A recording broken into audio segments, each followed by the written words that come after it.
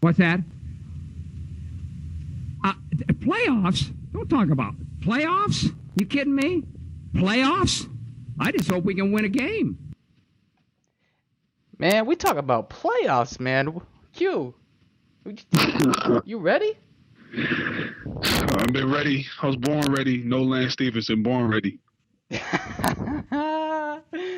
Man, we just talk about somebody who can win a game, man. This is playoffs. Welcome to another episode of Off the Bench. Of course, you got your host, myself, Ryan, and the sixth man of Dead End Sports, Q. How you doing, Q? Man, I'm feeling great. Every good playoff team needs a good six man, so feeling very, very special. Feeling very, very energized, ready to get this playoff talk, get this Kobe talk underway for sure. Exactly. Just as Q just alluded to, today we're gonna break down based off. This is at most of the actually as we're speaking right now, the Clippers game is going on right now. We've seen Q has seen basically almost every single playoff matchup. I haven't seen all of them. I've seen the majority of them, but we're gonna try and break them down. Give you guys our predictions, thoughts, key factors, things that we think are gonna matter, stuff you may want to look out for. But also the other thing on the night is of course Mamba. I'm not gonna lie, as a Celtics fan, as a guy who's hated Kobe over the years, did you see that commercial with the one he's basically a conductor? Yeah, that was sad. I won't lie, dude. That kind of got me in my feelings a little bit. I mean, we're definitely going to talk about that. I don't want to give my thoughts too much, but Right. yeah, we're definitely going to talk about Kobe Bryant. Yeah. Okay. First round. What you want to hit? You want to go east or west? Let's start with the games that came on in chronological order. Let's start with the Raptors and the Pacers. Oh my God. I want to hear your thoughts on this, just real quick. Just give it to me real quick, man. Okay. All right. Raptors fans, you're not gonna like this. Task Malice of the starters did it. I think summed it up best. It was a sad fluke. It was a sad time. It was a bad time. It brought up bad memories. It probably triggered all of you who saw Kyle Lowry and DeMar DeRozan chucking bricks, mostly. And the defense. All right, I'm gonna actually. The thing I want to highlight. Dwayne Casey. I know Q. You talked about to be about a potential Coach of the Year candidate, and what he did this series already verified why I was really questioning his coaching. How do you start Norman Powell in your starting lineup over Damari Carroll, even though he's just still coming back? But how do you start Norman Powell to shake things up on the jump? I don't get that. He's not a bad rookie, but like it doesn't make sense to me, and it hurt. It hurt them a lot, I think. Yeah. Also, I agree. The other thing I don't understand was, I think a lot of things that came to fruition was the offense just, again, because Toronto, I'm pretty sure, is a team that I recall hearing and watching that they do a lot of isolation plays through Lowry and DeRozan. They're not a very high assisting team. Yeah. Because they do a lot of slashing, and if not, they may kick it out to someone who's got the open three in the corner. So, and honestly, listening back to a bunch of podcasts that people were doing predictions and previews, a lot of the stuff, hearing it, ironically, did come true. Valanciunas did foul out. He was a foul problem. He's a little bit of a defensive sieve, I think. And Paul George took over the game.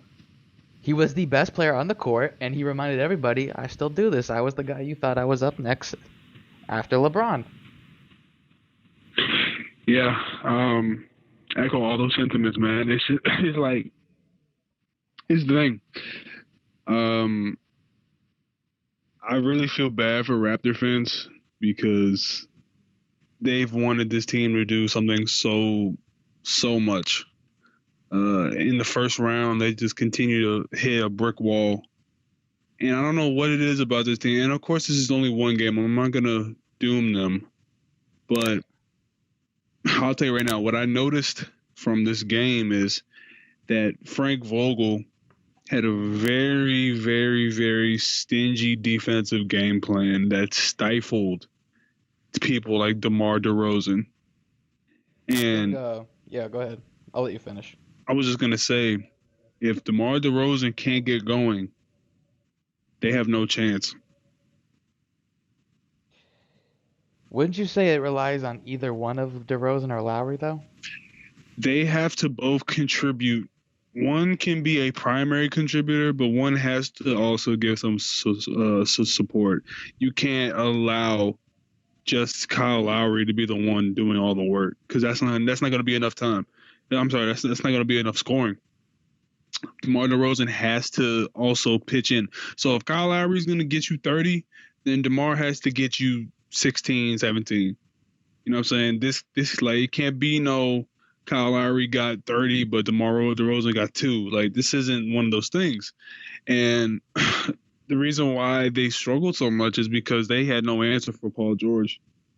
I think DeMar Carroll looked a little rusty in his debut since his not debut but in his return, a little rusty. I'm not going to count the Raptors out. I don't think they're done. But if DeMar DeRozan can't get going, then they are done, and they might get swept.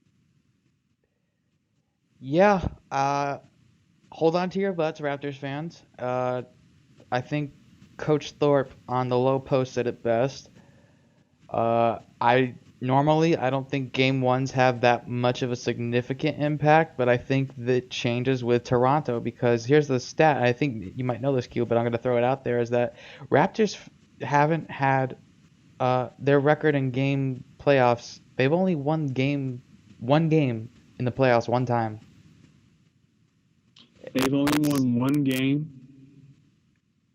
I believe so. Either the stat was they've only won one game in the playoffs, or they've only won game one time. Yeah, I think it was game one time because I remember Iverson and Vince Carter went to game 7. Okay. I believe. Then maybe that was the correct stat. Yeah, it was. I remember ESPN was showing it. Yeah. So, I'm gonna put it this: Pacers have the third best defensive efficiency. It goes Spurs, Hawks, Pacers, and I think it's Warriors, then Celtics. Oh yeah, just real quick. Can we talk about how good Miles Turner is gonna be? I wanted to bring him up. That dude had 5 blocks in that game. He shut them down internally. Like Valanciunas did not have an answer for his defense. Can we just talk about how good this rookie class is and how great it is contributing to just these like Winslow, Turner, Johnson. I mean, I'm pretty sure Anderson, even though he was a rookie last year, I love Kyle Anderson had like 2 blocks today and like 3 steals. It was crazy. Oh my god. Yeah, man, these last 2 years, man, it's been something to see. No, this rookie class was like even like the later lotto picks are still stud worthy. And when we talk about the Hornets, I'm gonna kind of have to give MJ some mean criticism. You got the cry meme ready? Man, just get every cry meme ready. I'm gonna bust his ass for that damn draft night decision because guess what? Justice Winslow looked like a defensive stud out there. His offense game still isn't great, but the defense is such a he impacts winning like Marcus Smart. I tweeted this today. I love Justice Winslow, but I think what we have to keep in mind, man, is just Miles Turner. For a rookie, he was not scared of that moment, and I think that's what's going to be huge for them because the Pacers. I like this Pacers team. Even Ty Lawson got in, even Ty Lawson got in the mix a little bit, and I was like, okay, I see what they're trying to do. He's thriving in the 6-man role that I think he should have been able to do so, like in Houston, like what he's doing assist-wise. And so we're going to get into Houston. We're going to get into Houston. Do we have to? We are going to get Houston. Houston deserves every single bit of criticism that they're about to get anyway. But I mean, just like some final takeaways from what I saw from the Raptors. Who you got? In this series, I'm taking Pacers in 6. Oh, all right. I'm going Pacers in 6. I think Paul George averages 24, 25. I think Miles Turner averages 2 blocks a game. What about Paul George's assists? I Because think he was a facilitator in this game. I think he might get 4 or 5. I I think. think it's 6. You think 6? I think 4 or 5 is the under. I think 4 or 5 is the under. The high he'll probably get the high in the series. He'll probably get 8 or 9. But he was Yeah. now. I think Monte's going to average at least 12, 13, which is good. He didn't hurt them. That blew my mind.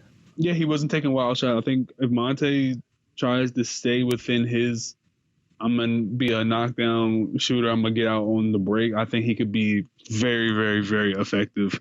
I think he's gonna average 12 or 13 points. Miles Turner's gonna get 2 blocks. Paul George is gonna get 24, 25. And who else was I talking about? CJ Miles. Like that. He's underrated. That guy. I like that guy a lot. He's a good guy. And man, if DeRozan cannot get going, they're done in 4. By the way, but if DeRozan cannot get going, they're done. I'm sorry, they are done. Lowry's not enough. Lowry's not enough. Lowry's not a superstar. He can't do it by himself. Paul George is getting back in that superstar form that he used to be, which is why I could see somebody putting him in. He might have to make my top 8 now, but if he can hold it down, he can do this. Frank Vogel continues to use this stingy defense that they're doing. I love what they're doing on defense. Right. They're denying the ball, getting their hands in the passing lanes. They're stopping Valanciunas from having an effect on the boards as much as he used to, or as much as he should be, because Miles Turner is fighting him for those boards every time. So, yeah, man, I'm loving the game plan defensively. Offensively, they still need some work. The Pacers' offense, even though their offense is really sluggish and pretty bad, it still, I think their defense helped them a lot turn there into offense, because there was a lot of steals, half-court offense going on in that game. I think they have a lot of guys who demand the ball. They have a lot of guys who need the ball in their hands. Monte needs the ball in his hand. Oh my God, Ty Lawson needs the ball in his hands. Paul George needs the ball in his hands. George Hill can't be a normal point guard. Yeah, George Hill's not a knockdown shooter. He needs to have somebody, to give the ball to him. He can't be just a knockdown shooter. So that they need he can't even fully facilitate like he did when Paul George was out, because last year he got to flesh out more. But, true. I agree. I think Raptors fans, you can hate hard all you want and keep in the comments and tell us that we're wrong and they're gonna come back. And I understand it, but I think I need to see it to have questions. I agree with Q's idea. Pacers in possibly 6, but if we see a repeat, because Kyle Lowry's face showed it all. He was lit on social media. He even said he didn't even go on. If they can't break this mindset thing, then we got sweet potential.